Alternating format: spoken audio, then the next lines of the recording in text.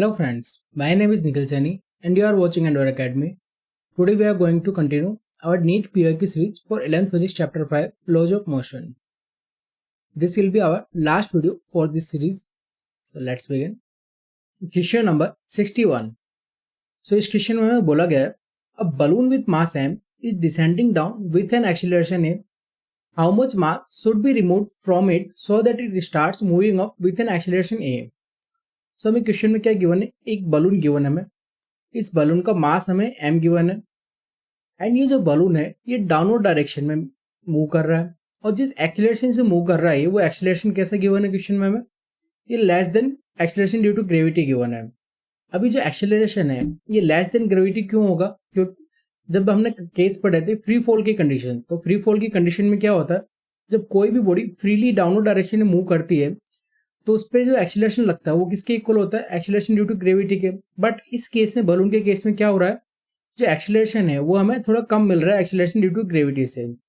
तो अब ये जो एक्सीलरेशन कम मिल रहा है तो इसका रीजन क्या है, इसका रीजन ये है कि जो एयर है वो एयर इसके ऊपर एक अपवर्ड डायरेक्शन के अंदर एयर थ्रस्ट लगाएगी, एयर एक फोर्स एक्ट करेगी इसके ऊपर, तो उस फोर्स को हमने क्या नाम दिया है, एफ फोर्स दिया है।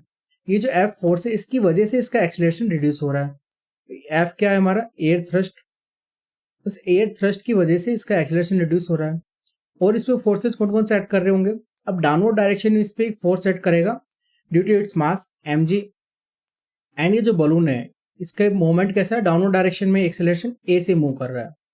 तो इसके लिए अगर हम फोर्स बैलेंस की इक्वेशन लिखेंगे तो क्या होगा, अब नेट फोर्स कैसे निकालेंगे, इसमें इसका मोशन कैसा हो रहा है, डाउनवर्ड डायरेक्शन में हो रहा है, तो नेट फोर्स आ जाएगा हमारे पास mg minus F that will be equals to mass into acceleration. तो ये मिल गई हमें एक इक्वेशन 1। अब इस क्वेश्चन में एक सेकंड पार्ट और बोला गया, how much mass should be remove from it so that it starts moving up with an acceleration a.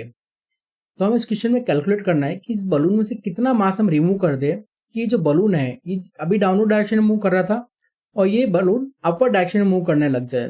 तो मास हमें कैलकुलेट करना है इस क्वेश्चन के लिए। तो अब सेकेंड पार्ट के देखते हैं फोर्सेज। अब सेकेंड पार्ट में क्या होगा, जिसमें से हमने मान लेते हैं कि एम नोट मास हमने इस बलून में से रिड्यूस कर दिया। अब ये एम नोट मास हमने जैसे इस बलून में से रिड्यूस किया तो उस केस में क्या हम देखते हैं कि जो इसका एक्सीलरेशन है अपवर्ड डायरेक्शन में मूव करने लग जाता है। तो अब हमें कैलकुलेट करना है कि जो एम नोट है इसकी वैल्यू क्या होगी। तो सेम टू सेम इसमें फोर्स बैलेंस करते हैं इक्वेशन। तो इसमें डाउनवर्ड डायरेक्शन में क्या है, फोर्स एक्ट करेगा, इसकी वजह से इसके मास की वजह से एम जी एक्ट करेगा डाउनवर्ड डायरेक्शन में।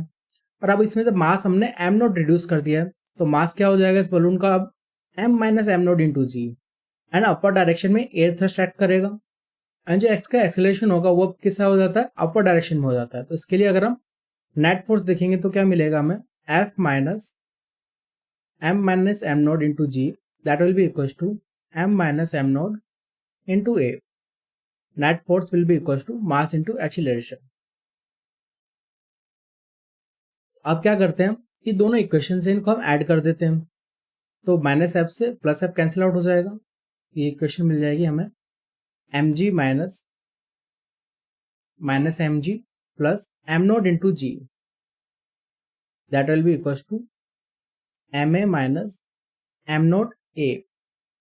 अब एम जी से एम जी कैंसिल आउट हो जाएगा और यहाँ हमें इक्वेशन मिल जाएगी एम नोट जी। अब इस एम नोट को अगर हम उस साइड ट्रांसफर कर दे तो ये हो जाएगा plus of M note A that will be equal to, ये एम ए था एंड ये एम ए, तो ये क्या हो जाएगा 2m ए, तो ये किसके इक्वल हो जाएगा, ट्वाइस ऑफ एम ए। यहाँ से हम एम नॉट कॉमन ले लेते हैं तो ये मिल जाएगा g plus a will be equal to 2 times of m a and m naught will be equal to 2 times of m a upon g plus a. So अगर हम इतना मास इसमें से रिड्यूस कर देते हैं 2 times of m a upon g plus a, तो balloon का डायरेक्शन कैसे हो जाएगा, ये अपर डायरेक्शन में मूव करने लग जाएगा। So our correct option will be option number A. Question number 62। इस क्वेश्चन में बोला गया है 3 blocks with mass m, 2m and 3m are connected by strings. After an upward force F is applied on block m, the masses move upward at a constant speed v.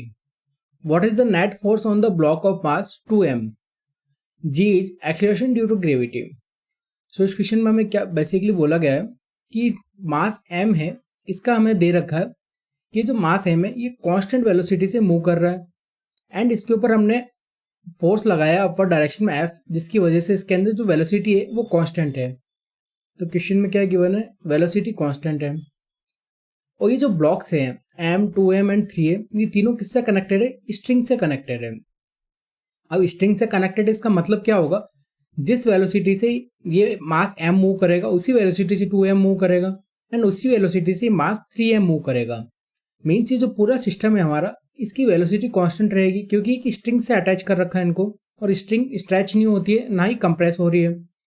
तो इस case के अंदर क्या देखेंगे हम, जब velocity zero है, velocity constant है, तो उसके अंदर क्या होता है, एक्सीलरेशन किसके इक्वल होता है, change in velocity upon time. तो वेलोसिटी जब कांस्टेंट है तो उसमें चेंज कितना आएगा, चेंज कोई आएगा नहीं टाइम के साथ में क्योंकि कांस्टेंट वेलोसिटी है। तो एक्सीलरेशन क्या मिलेगा इस केस में हमें, जीरो मिलेगा। अब हमें कैलकुलेट क्या करना है इसके अंदर, what is the net force on the block 2m। अब 2m जो ब्लॉक है इस पर नेट फोर्स हमें कैलकुलेट करना है। तो नेट फोर्स की वैल्यू किसके इक्वल होती है, एफ नेट किसके इक्वल होता है, मास इंटू एक्सीलरेशन के। अब मास हमारे पास कौन से ब्लॉक पे निकालना है हमें, 2m पे। और जो एक्सीलरेशन लेंगे हम, तो एक्सीलरेशन जैसे कि देख सकते हैं हम, जो एक्सीलरेशन मास m का होगा वही एक्सीलरेशन इस 2m का होगा एंड वही एक्सीलरेशन इस 3m मास का होगा। मीन्स पूरे सिस्टम का जो एक्सीलरेशन है वो सेम रहेगा। तो जब वेलोसिटी कांस्टेंट है तो मीन्स 2m की भी कांस्टेंट, m की कांस्टेंट एंड 3m की कांस्टेंट, तो इन तीनों का एक्सीलरेशन जीरो होगा। तो इसमें अगर एफ नेट फोर्स की इक्वेशन में अगर हम एक्सीलरेशन की वैल्यू पुट करें जीरो, तो हमें नेट फोर्स क्या मिलता है, जीरो मिलता है। तो मीन्स ये जो ब्लॉक 2m है इस पर जो नेट फोर्स लगेगा उसकी वैल्यू क्या होगी, जीरो होगी। और या फिर हम बोल सकते हैं कि इस पूरे सिस्टम का जो नेट फोर्स होगा वो भी जीरो होगा। तो हमारा करेक्ट आंसर हो जाएगा option number C. Question number 63, a person of mass 60 kg is inside a lift of mass 940 kg and presses the button on control panel. The lift starts moving upward with an acceleration 1 meter per second square. If g is equals to 10 meter per second square, the tension in the supporting cable is। तो इस question में क्या given है हमें, एक person given है जिसका मास हमें क्वेश्चन में गिवन है 60 kg एंड एक लिफ्ट है, लिफ्ट का मास भी हमें गिवन है 940 kg। अभी जो पर्सन है लिफ्ट के अंदर, ये जैसे कंट्रोल पैनल के अंदर बटन प्रेस करता है तो उस केस में क्या होता है, जो लिफ्ट है ये अपर डायरेक्शन में मूव करने लग जाती है with acceleration 1 metre per second square. तो हमें क्वेश्चन में कैलकुलेट करना है कि जब ये lift 1 metre per second square के एक्सीलरेशन से मूव कर रही है अपर डायरेक्शन के अंदर, तो उस केस में ये जो लिफ्ट जिस सपोर्टिंग केबल से अटैच है उस केबल के अंदर टेंशन की वैल्यू क्या होगी, कितना टेंशन इस केबल के ऊपर ऐड करेगा। तो हमें ये टेंशन टी की वैल्यू कैलकुलेट करनी है कि टेंशन टी क्या होगा। तो इसके लिए हम सबसे पहले फ्री बॉडी डायग्राम बनाते हैं। मान लीजिए ये लिफ्ट है एंड इसके अंदर ये पर्सन खड़ा। अब ये जो लिफ्ट एंड पर्सन है इन दोनों का अगर हम टोटल मास देखें तो वो कितना ऐड करेगा, डाउनवर्ड डायरेक्शन में ऐड करेगा capital M plus small m into g. Downward direction में इन दोनों का इतना मास ऐड करेगा। एंड जो लिफ्ट है ये जिस सपोर्टिंग केबल से अटैच है तो उस केबल में टेंशन कितना आ रहा है, टी आ रहा है। एंड इनका जो एक्सीलरेशन है वो कैसा होगा, ए एक्सीलरेशन से अपवर्ड डायरेक्शन में मूव कर रही है। तो अगर इसके लिए अब हम नेट फोर्स की इक्वेशन लिखें तो एफ नेट किसके इक्वल होगा, मोशन कैसा है इसका, अपवर्ड डायरेक्शन में लिफ्ट मूव कर रही है, तो ये हो जाएगा T minus capital M plus small m into g will be equal to capital M plus small m into a. तो हमें कैलकुलेट किसकी वैल्यू करनी है, हमें टेंशन की वैल्यू कैलकुलेट करनी है। तो T equal to capital M plus small m into a plus capital M plus small m into g. अब m प्लस एम है ये क्या हो जाएगा, कॉमन आ जाएगा हमारे पास में। तो m प्लस एम कॉमन निकाल लेते हैं और ब्रैकेट में क्या आ जाएगा, a प्लस जी। अब इसमें हम वैल्यूज पुट कर देते हैं। लिफ्ट का मास क्या गिवन है 940 प्लस पर्सन का 60, एक्सीलरेशन 1 प्लस जी की वैल्यू है हमारे पास 10। तो ये कितना हो जाएगा 1000 मल्टीप्लाइड बाई 11।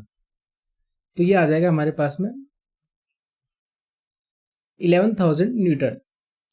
तो ये जो फोर्स होगा 11,000 न्यूटन का ये ऐड करेगा स्ट्रिंग के ऊपर। ये जो टेंशन होगा इसमें उसकी वैल्यू आ जाएगी हमारे पास में 11,000 newton. So our correct option will be option number C. Question number 64, इस क्वेश्चन में बोला गया है the mass of a lift is 2000 kg when the tension in supporting cable is 28,000 newton then its acceleration is. So इस question में क्या बोला गया है, एक लिफ्ट है हमारे पास में, इस लिफ्ट का हमें मास गिवन है, इसका मास है 2000 kg। ये जब लिफ्ट है, जब मोशन कर रही है तो उस मोशन में क्या हो रहा है, जो सपोर्टिंग केबल है लिफ्ट, जिस सपोर्टिंग केबल से लिफ्ट हमारी अटैच थी, उस केबल के अंदर टेंशन प्रोड्यूस हो रहा है 28,000 न्यूटन का। तब हमें कैलकुलेट करना है कि जो लिफ्ट होगी इसका एक्सीलरेशन क्या होगा और किस डायरेक्शन में लिफ्ट मूव कर रही होगी। तो हम मान लेते हैं कि जो लिफ्ट है ये अपवर्ड डायरेक्शन में मूव कर रही है। अब इस पर कौन कौन से फोर्सेज ऐड कर रहे होंगे, डाउनवर्ड डायरेक्शन में इस पर इसकी मास की वजह से एक mg फोर्स ऐड करेगा, एंड अपवर्ड डायरेक्शन में जो सपोर्टिंग केबल है इसमें टेंशन प्रोड्यूस हो रहा है T। तो इसके लिए अगर हम नेट फोर्स की इक्वेशन लिखें तो वो क्या आ जाएगी हमारे पास में, F net will be equals to T minus mg which will be equals to ma। अब हमें कैलकुलेट क्या करना है, इस एक्सीलरेशन की वैल्यू कैलकुलेट करनी है। तो एक्सीलरेशन किसके इक्वल हो जाएगा, T minus mg upon m। अब T की वैल्यू हमें गिवन है 28,000 एंड m इंटू जी, मास क्या है इसका 2000 इंटू 10, तो ये क्या मिल जाएगा हमें 20,000 न्यूटन। ये mg डाउनवर्ड डायरेक्शन में एक्ट कर रहा होगा, तो इसको लिख देते हैं 20,000 डिवाइडेड बाई मास है इसका 2000, तो इससे वैल्यू मिल जाएगी हमें 8,000 upon 2000, that will be equal to 4 metre per second square. So means जो लिफ्ट है, ये लिफ्ट किस एक्सीलरेशन से मूव कर रही है, 4 मीटर पर सेकेंड स्क्वायर से। अब वैल्यू जो मिली हमें एक्सीलरेशन क्या मिली, पॉजिटिव मिली है। तो इसका मतलब क्या है, जो हमने अपवर्ड डायरेक्शन जो ली थी, ये जो डायरेक्शन थी ये पॉजिटिव डायरेक्शन थी, इसी डायरेक्शन में लिफ्ट मूव कर रही है। अगर लिफ्ट डाउनवर्ड डायरेक्शन में मूव करती तो ए की जो वैल्यू मिलती है हमें वो मिलती नेगेटिव। तो क्या हुआ हमारा 4 metre per second in upward direction, ये हमारा एक्सीलरेशन ऐड करेगा। तो हमारा करेक्ट आंसर हो जाएगा option number A. Question number 65, a block of mass m is placed on a smooth wedge of inclination theta. The whole system is accelerated horizontally so that the block does not slip on the wedge. The force exerted by the wedge on the block will be। So इस question में क्या given है हमें, एक veg given है हमें, इस veg का जो इंक्लिनेशन एंगल है वो थीटा गिवन है, और ये जो पूरा वेज है इस वेज को हमने विद रेस्पेक्ट टू ऑब्जर्वर इसको एक ए एक्सीलरेशन से इसको मूव करा रहे हैं। जो वेज है इसका जो सरफेस है, ये सरफेस कैसा गिवन है हमें, स्मूथ सरफेस गिवन है एकदम। अब इस स्मूथ सरफेस के ऊपर हमने एक ब्लॉक प्लेस कर रखा है जिसका मास है m। अब हमें कैलकुलेट करना है कि जो force exerted by the ways on the block will be. तो हमें कैलकुलेट करना है कि जो वेज है ये इस ब्लॉक के ऊपर फोर्स कितना एक्सर्ट करेगी। तो सबसे पहले देखते हैं कि इस पूरे सिस्टम के अंदर कौन कौन से फोर्सेज ऐड कर रहे होंगे। तो इसमें डाउनवर्ड डायरेक्शन में mg ऐड कर रहा होगा। mg क्या है, ये ब्लॉक का मास है m एंड डाउनवर्ड डायरेक्शन में ऐड करेगा mg। तो इस ब्लॉक के ऊपर एक डाउनवर्ड डायरेक्शन में mg फोर्स ऐड करेगा, एंड जो ब्लॉक और जो वेज है इन दोनों का सरफेस की वजह से, कॉन्टैक्ट की वजह से इस पर एक नॉर्मल फोर्स ऐड करेगा। और ये जो नॉर्मल फोर्स है यही फोर्स है कि जो वेज है वो एग्जिट करेगी ब्लॉक के ऊपर। तो हमें कैलकुलेट किसकी वैल्यू करनी है, इस n की वैल्यू कैलकुलेट करनी है कि n की वैल्यू क्या होगी, कितना फोर्स वेज बॉक्स के ऊपर एग्जिट करेगी। अब ये जो पूरा सिस्टम है ये किस डायरेक्शन से मूव कर रहा है, इसको हम ए एक्सीलरेशन से मूव करा रहे हैं। तो इसके ऊपर क्या करेगा, एक सूडो फोर्स ऐड करेगा हमारे ब्लॉक के ऊपर, और सूडो फोर्स ऐड करता है हमेशा जिस डायरेक्शन में मोशन हो रहा है उसके जस्ट अपोजिट डायरेक्शन में विद वैल्यू ma का एक सूडो फोर्स लगेगा इस ब्लॉक के ऊपर अपोजिट डायरेक्शन के अंदर। अब हम देखते हैं कि ये जो एंगल थीटा है तो ये एंगल कितना हो जाएगा, ये भी एंगल थीटा हो जाएगा। तो अगर हम mg के कंपोनेंट्स लें तो क्या आएगा, एक कंपोनेंट आ जाएगा mg का mg cos थीटा, एंड एक कंपोनेंट आ जाएगा mg sin थीटा। एंड ये जो सूडो फोर्स है, ये सूडो फोर्स का एंगल कितना बन रहा है, इंक्लिनेशन से थीटा एंगल, ये थीटा एंगल है तो ये भी एंगल थीटा होगा। तो इसके अगर कंपोनेंट लें तो एक कंपोनेंट आ जाएगा हमारे पास में ma cos थीटा इस डायरेक्शन में, और इसका एक वर्टिकल कंपोनेंट आ जाएगा ma sin थीटा। अब इसके लिए अगर हम फोर्स बैलेंस की इक्वेशन लिखें, तब क्वेश्चन में एक चीज और लिखी हुई है कि जो whole system is accelerated horizontally on the block and the block do not slip. Means जो ब्लॉक है ये स्लिप नहीं कर रहा है इस कंडीशन के अंदर। मीन्स इस पे जितने फोर्सेज है ब्लॉक के ऊपर वो सारे परफेक्टली बैलेंस्ड फोर्सेज है। तो इसके लिए अगर हम नेट फोर्स की इक्वेशन लिखें तो अलोंग द इंक्लाइन प्लेन देखें तो कौन कौन से फोर्स एक्ट कर रहे हैं इस पे, एक एक कर रहा है mg sin थीटा, एंड इसको जो बैलेंस आउट कर रहा है वो फोर्स है ma cos थीटा। m से m कैंसिल आउट हो जाएगा, एंड जो एक्सीलरेशन की वैल्यू मिलेगी वो क्या मिलेगी हमें, g tan थीटा। तो एक ही क्वेश्चन से हमें एक्सीलरेशन की वैल्यू मिलेगी कि किस एक्सीलरेशन से ये पूरा सिस्टम हमारा मूव कर रहा है, तो वो एक्सीलरेशन से a is g tan theta. अब हमें कैलकुलेट करना है, ये तो हमने लिया along the incline plane force balance. अब हम देखते हैं इस बॉक्स के ऊपर परपेंडिकुलर टू इंक्लाइन प्लेन कौन से फोर्स एड कर रहे होंगे। तो एक फोर्स एड करेगा इस पे n, एंड और कौन सा फोर्स एड करेगा, और ऐड करेगा ये mg cos theta plus ma sin theta. अब इस इक्वेशन में हम एक्सीलरेशन की वैल्यू पुट कर देते हैं, तो ये आ जाएगा हमारे पास में mg cos theta plus mg tan theta. tan theta को हम क्या लिख सकते हैं, sin theta upon cos theta. ये हो जाएगा sin theta multiplied by sin theta upon cos theta. तो इससे हमें अगर हम cos थीटा को कॉमन आउट कर ले तो इक्वेशन क्या मिलेगी हमें, ये मिल जाएगी mg upon cos theta and cos square theta plus sin square theta. cos square theta and sin square theta किसके इक्वल होते हैं, 1 के इक्वल, तो इनका समीशन 1 के इक्वल हो जाएगा। तो नॉर्मल फोर्स की वैल्यू हमें क्या मिल जाएगी, mg अपॉन cos थीटा।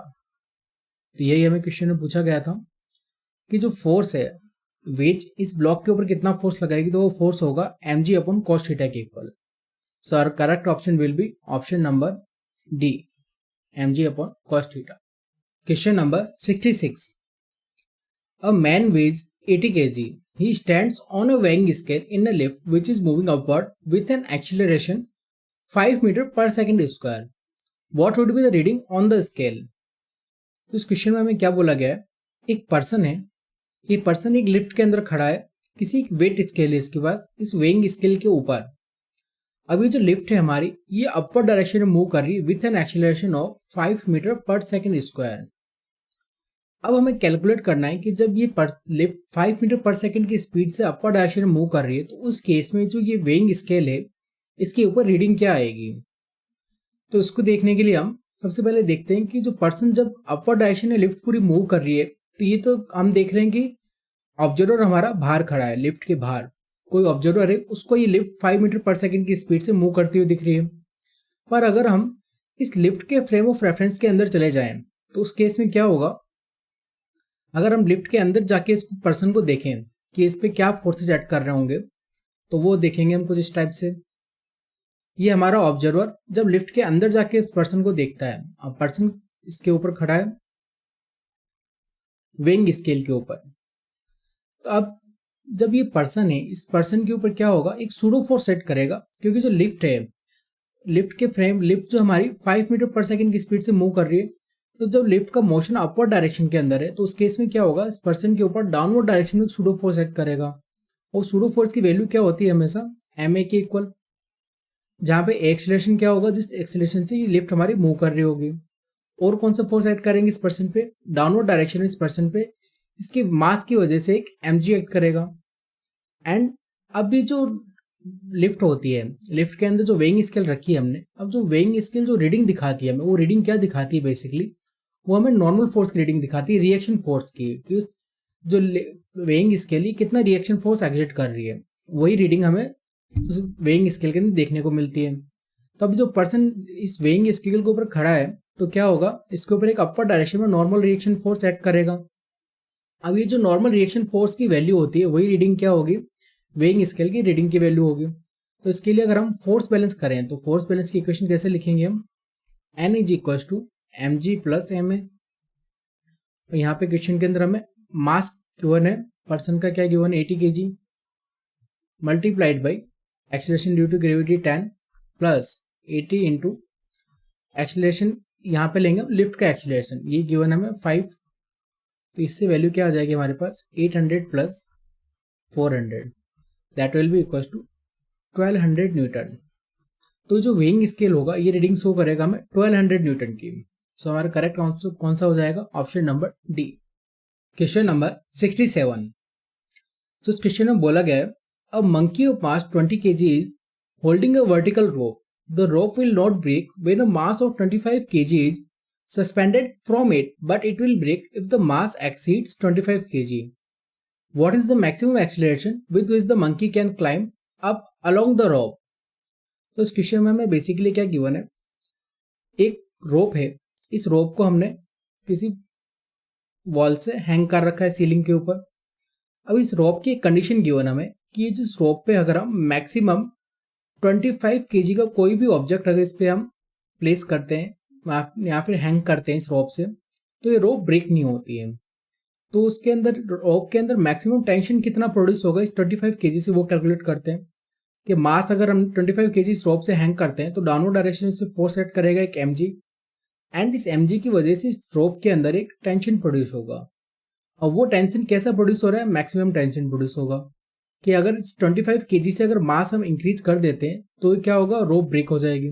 तो अगर हम फोर्स बैलेंस करें तो हमें मैक्सिमम टेंशन की वैल्यू क्या मिलती है, is equal to mg, means mass क्या 25 इंटू 10, मीन्स ये जो रोप है ये 250 न्यूटन तक का फोर्स इजीली बियर कर सकती है। अगर फोर्स की वैल्यू 250 न्यूटन से अगर ज़्यादा होती है तो क्या होगा, ये रोप ब्रेक हो जाएगी। अब हम देखते हैं मंकी वाले केस पे कि अब ये जो मंकी है, इस मंकी का हमें मास गिवन है, मंकी का मास है हमारे पास में 20 kg, और हमें अब कैलकुलेट करना है कि किस एक्सीलरेशन से मंकी अपवर्ड डायरेक्शन में मूव कर सकता है कि ये रोप ब्रेक ना हो। तो इस रोप का हमें मैक्सिमम टेंशन पता लग गया कि ये जो रोप है मैक्सिमम कितना टेंशन बेयर कर सकती है। तो मंकी के केस में अगर देखें तो मंकी का मास है 20 kg, तो ये मंकी के ऊपर एक डाउनवर्ड डायरेक्शन में फोर्स लगेगा mg का, एंड जो टेंशन है इस स्ट्रिंग के अंदर वो टेंशन प्रोड्यूस होगा T। अब हम क्या कर रहे हैं, नेट फोर्स की वैल्यू कैलकुलेट करते हैं कि अब इस पूरे सिस्टम पर नेट फोर्स कितना ऐड कर रहा होगा। तो मंकी जब अपवर्ड डायरेक्शन में मूव कर रहा है तो उस केस में क्या लिखेंगे, T minus mg which will be equal to m into a।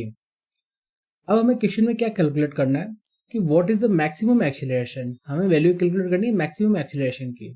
तो अगर यहाँ हम मैक्सिमम एक्सीलरेशन लेते हैं तो उस केस में क्या होगा, जो टेंशन लेंगे रोप में वो टेंशन भी हम कैसा लेंगे, मैक्सिमम एक्सीलरेशन, कि इस मैक्सिमम एक्सीलरेशन पे इस टेंशन जो रोप है इसमें मैक्सिमम कितना टेंशन आ सकता है। तो यहाँ पे हमने टेंशन ले लिया मैक्सिमम, क्योंकि हमें मैक्सिमम एक्सीलरेशन कैलकुलेट करना है।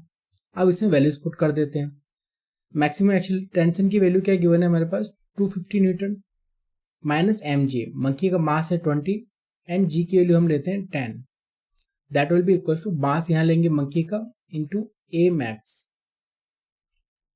इससे वैल्यू क्या आ जाएगा हमारे पास में, a max will be equals to 250 minus 200, that will be equals to 50 by 20, that will be equals to 2.5 metre per second square.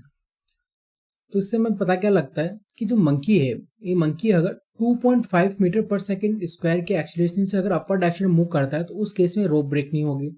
पर जैसे ही एक्सीलरेशन इस मंकी का 2.5 से ज़्यादा होगा, जैसे ही थोड़ा सा इंक्रीज होगा तो रोप ब्रेक हो जाएगी। तो हमारा करेक्ट आंसर कौन सा हो जाएगा, option number D, 2.5 metre per second square. Question number 68। तो इस क्वेश्चन में हमें बोला गया है, a lift of mass 1000 kg which is moving with an acceleration of 1 meter per second square in upward direction, then the tension developed in the string which is connected to the lift is। तो means हमें इस question में एक lift given है, lift का हमें mass given है 1000 kg, and ये जो लिफ्ट है ये मोशन कर रही है अपवर्ड डायरेक्शन के अंदर with acceleration of 1 metre per second square. अभी लिफ्ट को हमने एक स्ट्रिंग से अटैच कर रखा है जिसके हेल्प से लिफ्ट के अंदर मोशन हो रहा है। वो जो स्ट्रिंग है उस स्ट्रिंग के अंदर टेंशन प्रोड्यूस हो रहा है, वो टेंशन की वैल्यू हमारे पास T है। तो हमें कैलकुलेट क्या करना है इस क्वेश्चन में कि जो वैल्यू है टेंशन की, लिफ्ट के अंदर जो टेंशन होगा उसकी वैल्यू क्या होगी।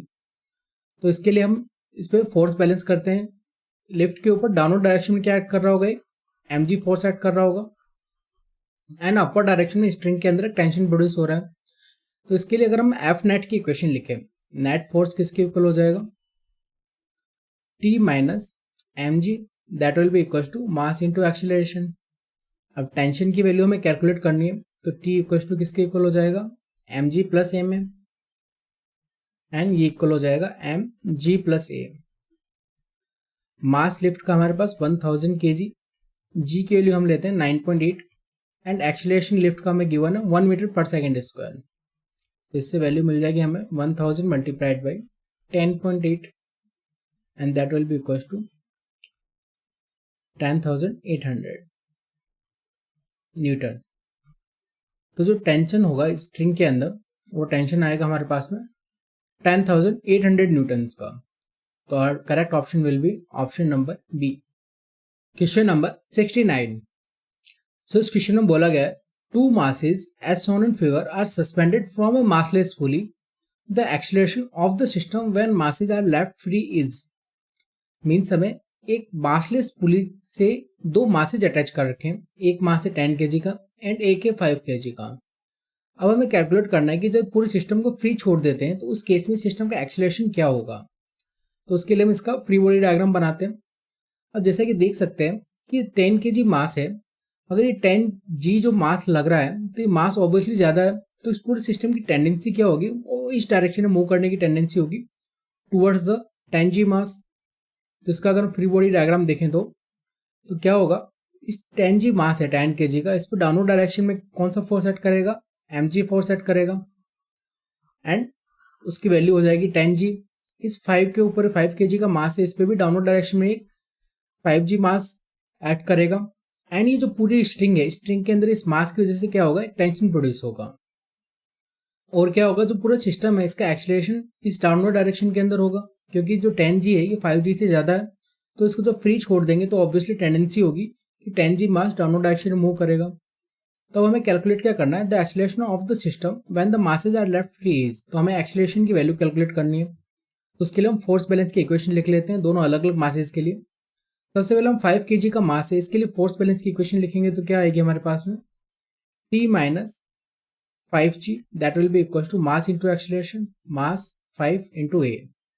एंड अगर 10 kg के मास के लिए हम इक्वेशन लिखें तो वो आएगी हमारे पास में 10g minus T will be equal to 10 into a. इन दोनों इक्वेशंस को अगर हम ऐड कर देते हैं तो हमें क्या मिल जाएगा, टी से टी कैंसिल आउट मिल जाएगा, ये हो जाएगा 10g minus 5g that will be equal to 5a plus 10a। हमें कैलकुलेट करनी है एक्सीलरेशन की वैल्यू, तो एक्सीलरेशन किसके इक्वल हो जाएगा, 10 माइनस 5 किसके इक्वल होगा, 5g अपॉन 5 एंड 10 ये हो जाएगा 15। तो एक्सीलरेशन की वैल्यू हमारे पास आएगी g/3। ये जो पूरा सिस्टम है हमारा ये g/3 एक्सीलरेशन से टुवर्ड्स 10 kg मास मूव करेगा। तो हमारा करेक्ट ऑप्शन हो जाएगा option number B. Question number 17। So इस क्वेश्चन में बोला गया है a mass of 1 kg suspended by a thread, it is lifted up with an acceleration 4.9 metre per second square and load with an acceleration 4.9 metre per second square. The ratio of tension is, तो अब हमें दो case दिए हुए हैं, एक मास है हमारे पास में जिसको हमने एक रोप से इसको सस्पेंड कर रखा है।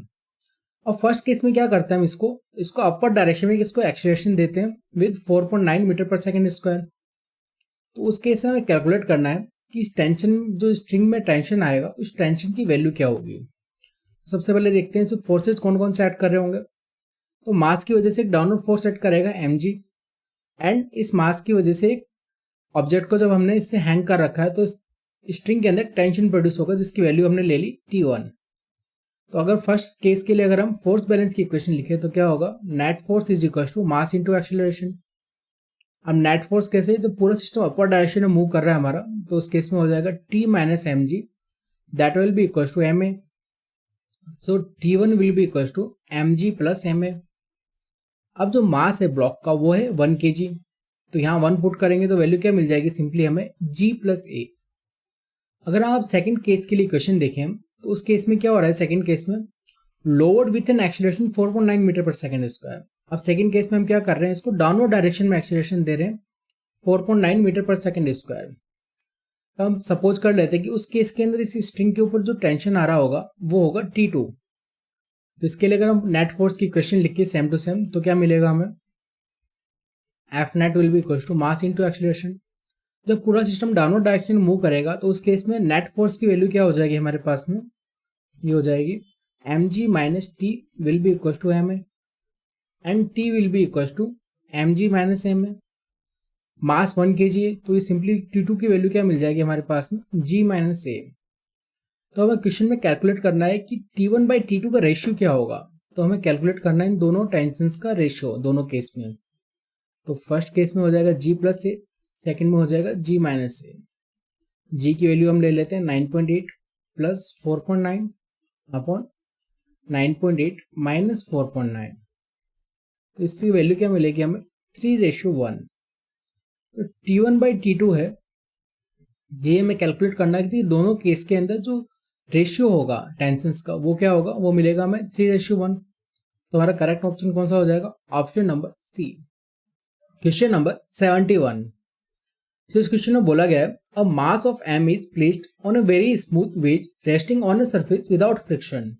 Once the mass is released, the acceleration to be given to the weight so that the m remains at rest is a। तो क्वेश्चन में हमें बेसिकली गिवन क्या है, इंक्लाइन प्लेन गिवन हमें। इस इंक्लाइन प्लेन का एंगल है theta, और जो इंक्लाइन प्लेन है इसका जो सरफेस है वो सरफेस कैसा है, परफेक्टली स्मूथ सरफेस है। सरफेस स्मूथ, इसका मतलब क्या होगा, इसमें जो फ्रिक्शन फोर्स की वैल्यू होगी वो होगी 0।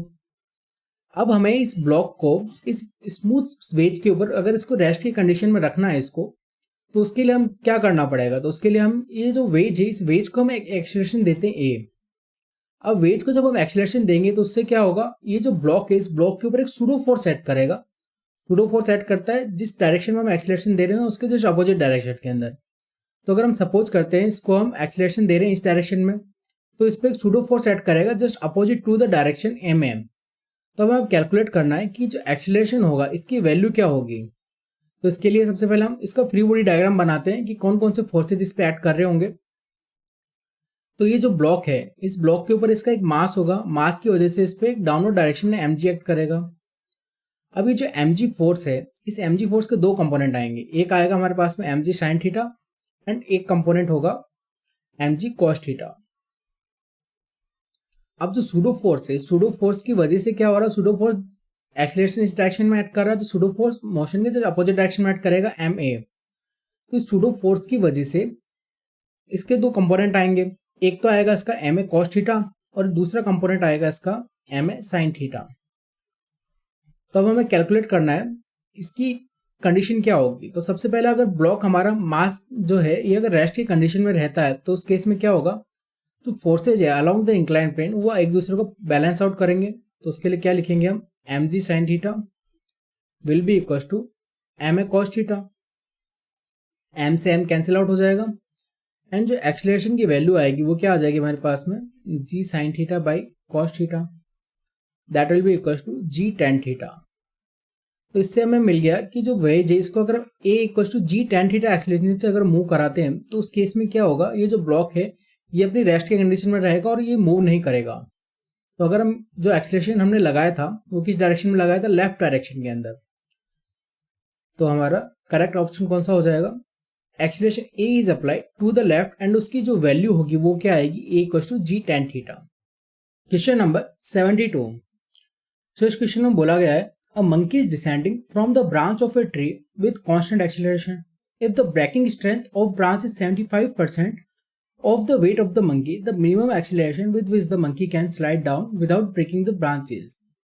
तो मीन्स क्या है, एक मंकी है, अब ये जो मंकी है ये डाउनवर्ड डायरेक्शन के अंदर डिसेंड कर रहा है विद एक्सेलरेशन a एंड जो मंकी है जब a एक्सेलरेशन से डाउनवर्ड डायरेक्शन में मूव करेगा तो उस केस में कौन कौन से फोर्स ऐड करेंगे। तो इस मंकी का वेट होगा कुछ, इसकी वजह से डाउनवर्ड डायरेक्शन में mg फोर्स ऐड करेगा एंड ये जो मंकी है मंकी की वेट की वजह से ये जो रोप है इस रोप के अंदर एक टेंशन प्रोड्यूस होगा, उसकी वैल्यू होगी टेंशन T। सो जो नेट फोर्स होगा, नेट फोर्स किसके इक्वल हो जाएगा, नेट फोर्स हो जाएगा डाउनवर्ड डायरेक्शन में मूव कर रहे हैं mg minus T will be equal to m into a। तो अब क्वेश्चन में हमें क्या कैलकुलेट करना है, हमें यहाँ पे मिनिमम एक्सीलरेशन कैलकुलेट करना है कि कौन सा मिनिमम एक्सीलरेशन होगा जिस केस के अंदर ये जो ब्रांच है ये ब्रांच ब्रेक ना हो। और क्वेश्चन में क्या कंडीशन दे रखी है कि अगर इस ब्रांच के ऊपर अब फोर्स क्या आ रहा है, if the breaking strength of branch is 75% of the weight of the monkey. Means ये जो ब्रांच है इस ब्रांच के ऊपर अगर हम मंकी का वेट मान लीजिए m है तो m का 75% मीन्स 3/4m। अगर ये मास से अगर ज़्यादा मास हो जाता है इसके ऊपर तो ये जो रोप है ये ब्रेक हो जाएगी। तो इसका मतलब क्या हुआ, अगर हम 3/4m इसे सस्पेंड करते हैं तो उसका मतलब क्या होता है 3/4m इंटू जी, मीन्स इतना न्यूटन का फोर्स ये ब्रांच मैक्सिमम बियर कर सकती है। अब कोई मास होगा तो मास क्या करता है, डाउनवर्ड डायरेक्शन वेट लगाता है, तो वेट हम लगा रहे हैं 3/4mg। इसकी वजह से इस पे टेंशन आएगा T। तो वो जो टेंशन होगा, वो टेंशन जो रोप मैक्सिमम बियर कर सकती है, वो मैक्सिमम टेंशन क्या होगा 3/4 इतना न्यूटन का फोर्स इस तरफ बेयर कर सकती है। तो ये क्या हो गई, इस रोप की ब्रेकिंग स्ट्रेंथ हो गई। तो हमें क्वेश्चन में एक कंडीशन गिवन है ये, तो अब हमें कैलकुलेट करना है कि क्या मिनिमम एक्सीलरेशन होना चाहिए कि जो रोप है ब्रेक ना हो। तो जब रोप ब्रेक नहीं होगी तो उस केस में जो मैक्सिमम लेंगे हम टेंशन जो रोप बेयर कर सकती है, तो ब्रेकिंग स्ट्रेंथ क्या होगा, इससे ज़्यादा अगर टेंशन फोर्स लगते ही रोप ब्रेक हो जाएगी। तो इसमें हम वैल्यू पुट कर देते हैं हम, एम जी माइनस टी मैक्स की वैल्यू क्या होगी, मैक्सिमम टेंशन इस रोप में कितना तक आ सकता है, वो हो जाएगा 3/4 is equals to M into A minimum. अब इसमें वैल्यू जो आएगी देख लेते हैं, एम से एम कैंसिल आउट हो जाएगा सब जगह से, एंड ये हो जाएगा g minus 3/4 means 1/4g, g/4। ये क्या हो जाएगा, मिनिमम एक्सीलरेशन। तो मीन्स अगर मंकी g/4 एक्सीलरेशन से अगर डाउनवर्ड डायरेक्शन में मूव करेगा तो उस केस में क्या होगा, ये जो रोप होगी ये रोप ब्रेक नहीं होगी। अगर इस एक्सीलरेशन से अगर ज़्यादा हो जाता है एक्सीलरेशन, तो उस केस में क्या होगा, ये रोप ब्रेक कर जाएगी, मंकी का वेट रोप बेयर नहीं कर पाएगी। सो हमारा क्वेश्चन में यही पूछा गया था कि मिनिमम एक्सीलरेशन क्या होना चाहिए with which monkey can slide down without breaking the branches. तो उसका आंसर आ जाएगा हमारे पास option number C, that is g/4।